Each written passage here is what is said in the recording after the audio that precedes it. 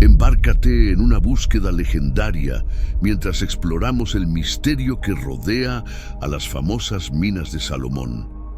Según la tradición bíblica y las antiguas leyendas, el rey Salomón acumuló riquezas incalculables, incluyendo oro y otros tesoros, provenientes de sus legendarias minas.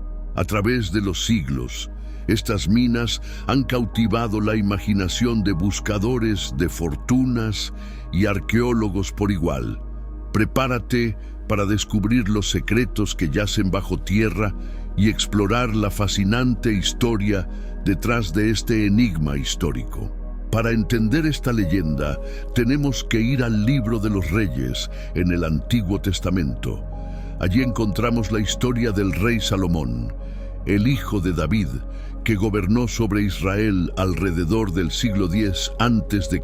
Salomón fue un rey sabio, poderoso y rico, que extendió su dominio sobre muchos territorios y naciones. Salomón fue el constructor del Templo de Jerusalén, la casa de Dios, que era una obra de arte y de ingeniería, adornada con oro, plata, bronce, piedras preciosas y madera de cedro. Salomón fue el receptor de la visita de la reina de Saba, una soberana de una tierra lejana que quedó impresionada por su sabiduría y su gloria. Salomón fue el poseedor de una gran fortuna que, según la Biblia, procedía en parte de unas misteriosas minas. La Biblia nos dice en Primera de Reyes, capítulo 9, versos 26 al 28. Hizo también Salomón naves en Esión-Geber, que está junto a Elot, en la ribera del Mar Rojo, en la tierra de Edom. Y envió Hiram en ellas a sus siervos, marineros y diestros en el mar, con los siervos de Salomón. Y llegaron a Ofir, y tomaron de allí 450 talentos de oro, y los trajeron al rey Salomón. La Biblia nos dice también en Primera de Reyes, capítulo 10, versos 11 al 12. La flota de Hiram, que había traído el oro de Ofir, traía también de Ofir mucha madera de sándalo y piedras preciosas. Y de la madera de sándalo hizo el rey balaustres para la casa de Jehová y para la casa real, y arpas y salterios para los cantores. Nunca vino tal madera de sándalo, ni se ha visto hasta hoy. ¿Qué nos dicen estos versículos? Nos dicen que Salomón tenía una flota de naves que navegaba por el Mar Rojo y que llegaba a un lugar llamado Ofir, del que traía oro, madera y piedras preciosas. Nos dicen también que Salomón contaba con la ayuda de Hiram, el rey de Tiro, una ciudad fenicia, que le proporcionaba marineros expertos y comerciantes. Nos dicen, en definitiva, que Salomón tenía acceso a unas minas que le proveían de los materiales para construir y embellecer su templo y su palacio, y para aumentar su riqueza y su prestigio. ¿Qué quiso decir la Biblia con estas palabras? ¿Qué era Ofir?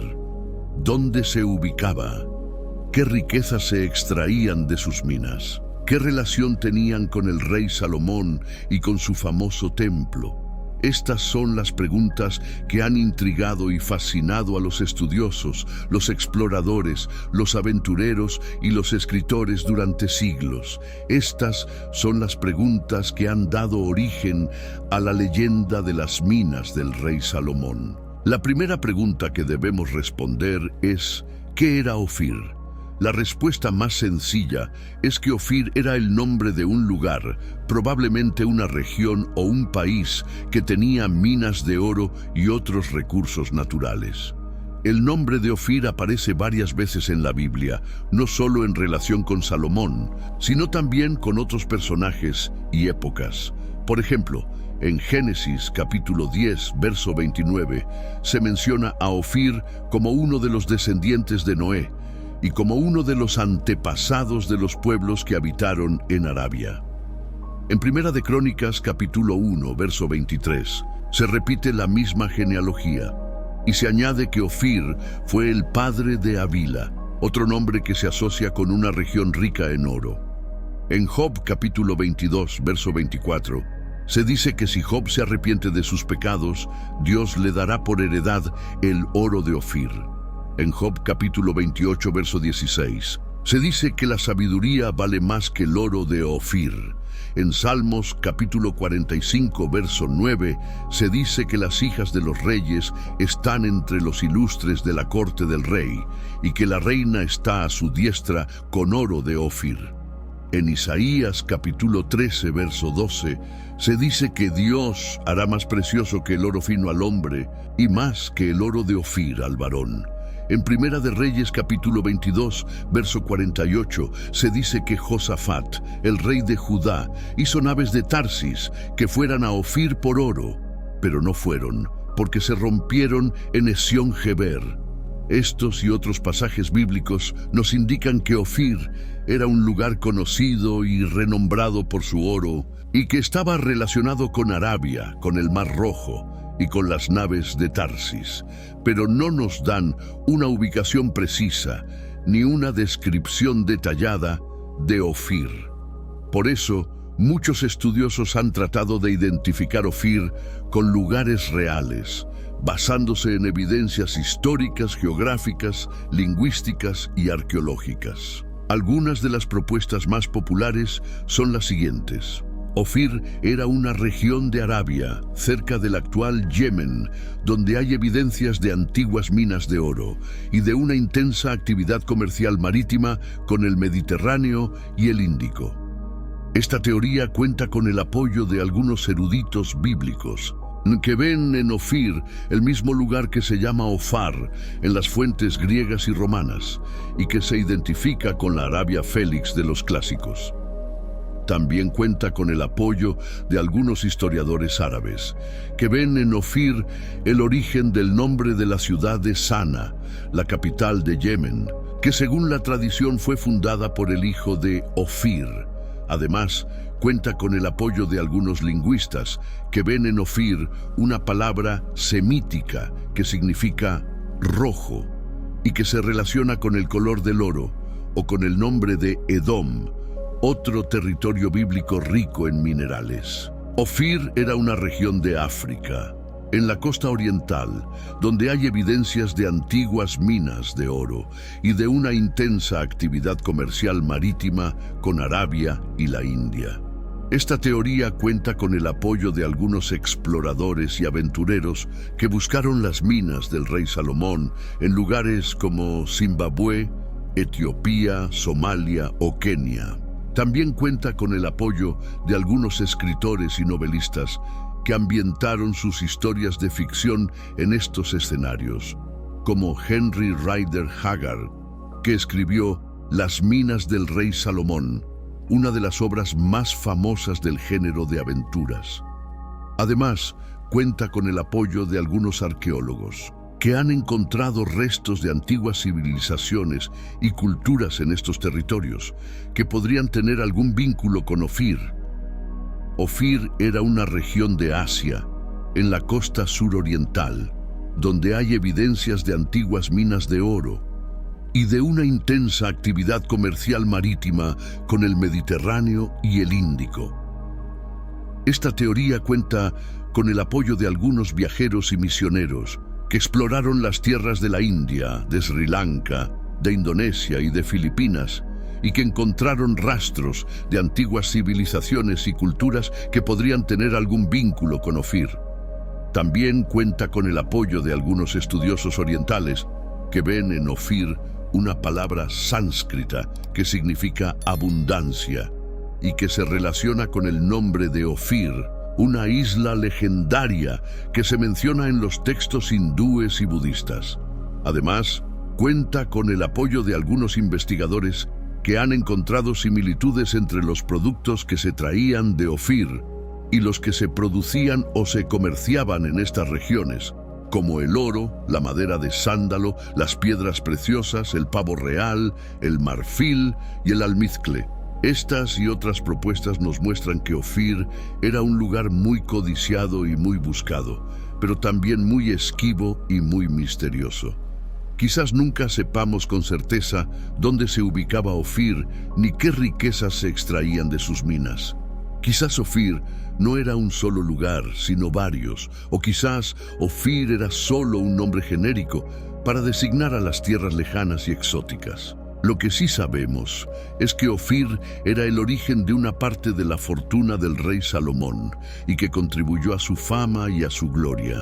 Pero también sabemos que Ofir no era la fuente de la sabiduría y de la felicidad del rey Salomón, y que su riqueza no le garantizó su fidelidad y su obediencia a Dios. La Biblia nos dice que Salomón, a pesar de tener todo lo que podía desear, se apartó de Dios y se dejó llevar por sus pasiones y por sus ambiciones.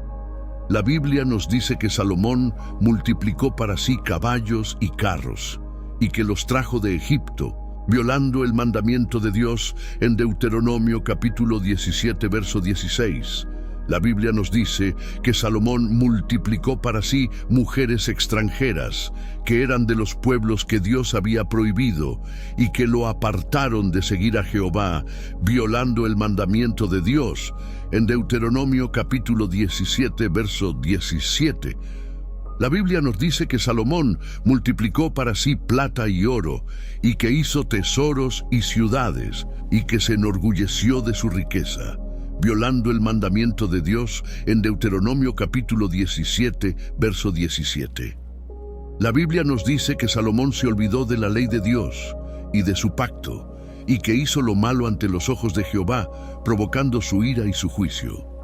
La Biblia nos dice en Primera de Reyes, capítulo 11, versos 9 al 11. Y se enojó Jehová contra Salomón, por cuanto su corazón se había apartado de Jehová Dios de Israel, que se le había aparecido 2 veces, y le había mandado acerca de esto que no siguiese a dioses ajenos. Mas él no guardó lo que le mandó Jehová. Y dijo Jehová a Salomón: por cuanto ha habido esto en ti, y no has guardado mi pacto y mis estatutos que yo te mandé, romperé de ti el reino, y lo entregaré a tu siervo. Esta es la triste historia del rey Salomón, el rey que tuvo las minas de oro, pero que perdió el favor de Dios. Esta es la triste historia del rey Salomón, el rey que tuvo la sabiduría de Dios, pero que se volvió necio por su pecado. Esta es la triste historia del rey Salomón, el rey que tuvo la gloria de Dios, pero que se cubrió de vergüenza por su infidelidad. Esta es la triste historia del rey Salomón, el rey que nos enseña que la verdadera riqueza no está en las cosas materiales, sino en las espirituales. La Biblia dice en Proverbios capítulo 16, verso 16, mejor es adquirir sabiduría que oro preciado, y adquirir inteligencia vale más que la plata. ¿Qué podemos aprender de esta historia? ¿Qué nos quiere enseñar Dios a través de ella?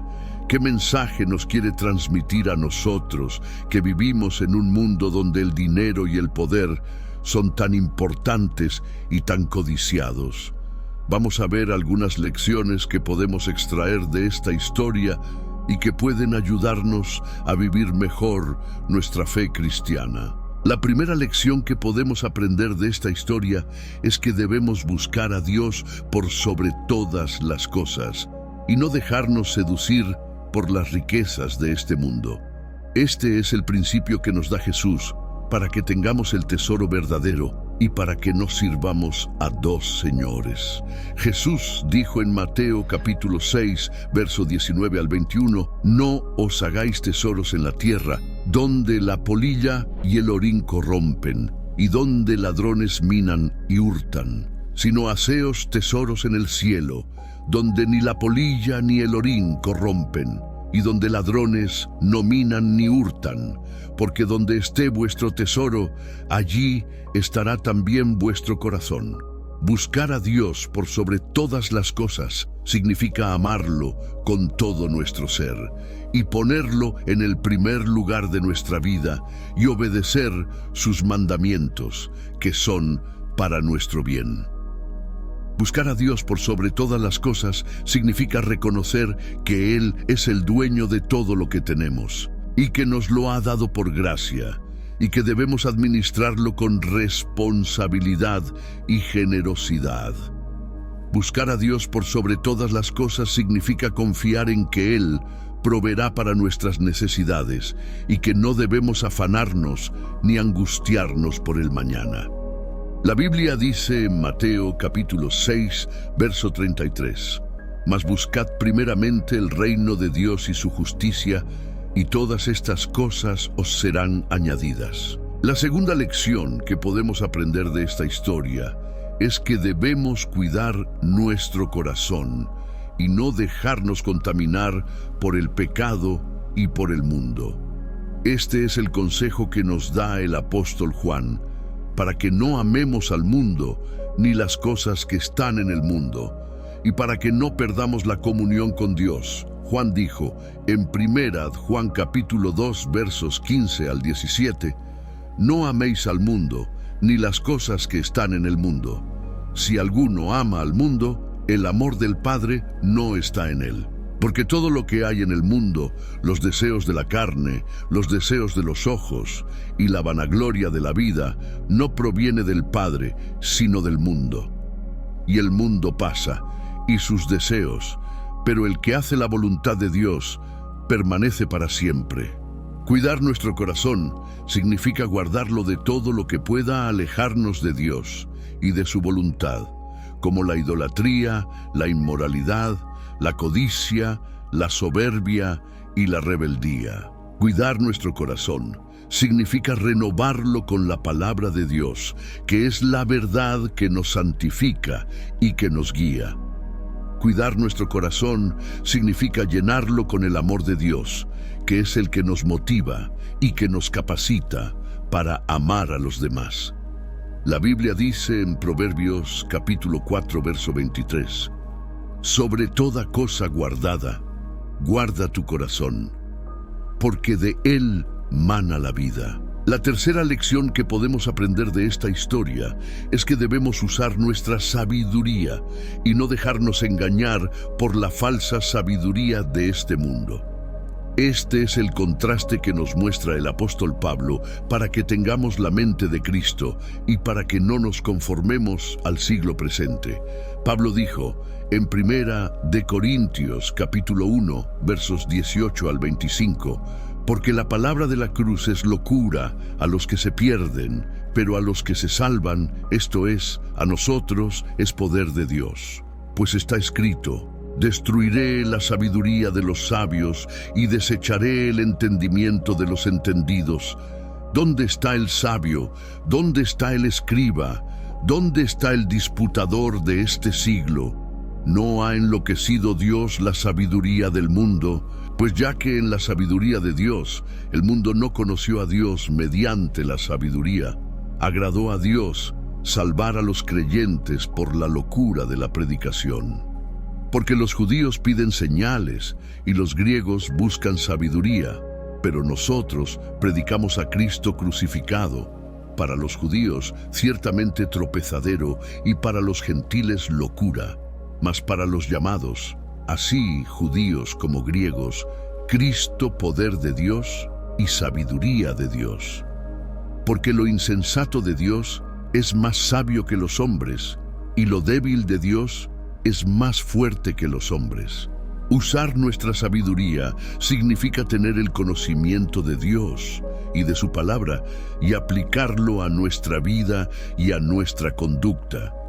Usar nuestra sabiduría significa tener el discernimiento de lo bueno y de lo malo y elegir lo que agrada a Dios y lo que nos edifica. Usar nuestra sabiduría significa tener el temor de Dios, que es el principio de la sabiduría y que nos lleva a honrarlo y a obedecerlo.